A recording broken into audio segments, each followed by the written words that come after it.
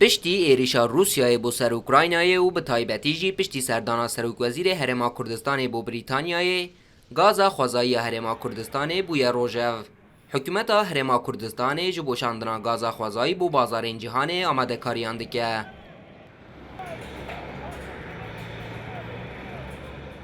Ew daxwaz jî di serdana heftiya boriya Serokvezîrê Herêma Kurdistanê Mesrûr Barzaniya bû Brîtanyayê de bi awayek zelal derket holê. Li gor daxuyaniyeke hikûmeta Brîtanyayê di civînê de Mesrûr Barzanî behsa xwesteka Herêma Kurdistanê bo hinardekirina enerjiyê bo Ewropayê kiriye.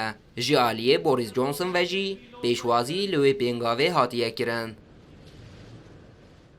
بۆ ئەوروپا دەوریە بێت بۆ ئەم گرژەی نێوان رووسیا و وڵاتانی بڵین ئەوروپا بەعام ئەمریکا و ئەوروپا ئەمە دەوری هەیە ئەم بڵین پێشوازیکردنەوە و باسی گرنگی ئەوەی کە غازی کوردستان بێتە ناو بازاری جیهانیەوە بۆ ئەمریکا بۆ بەریتانیا بۆ وڵاتە ئەوروپیەکان وەکو بڵین بژواریەکە بۆ رووسیا بۆی بڵێن ئێمە بازاری کە هەیە توانی لە شوێنی کە غاز بکڕین.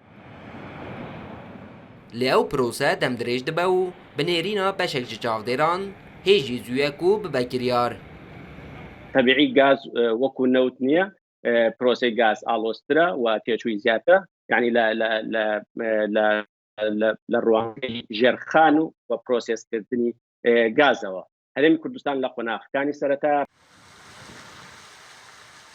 بربستکدنا li pêşiya gaza Kurdistanê jî siyasî ye.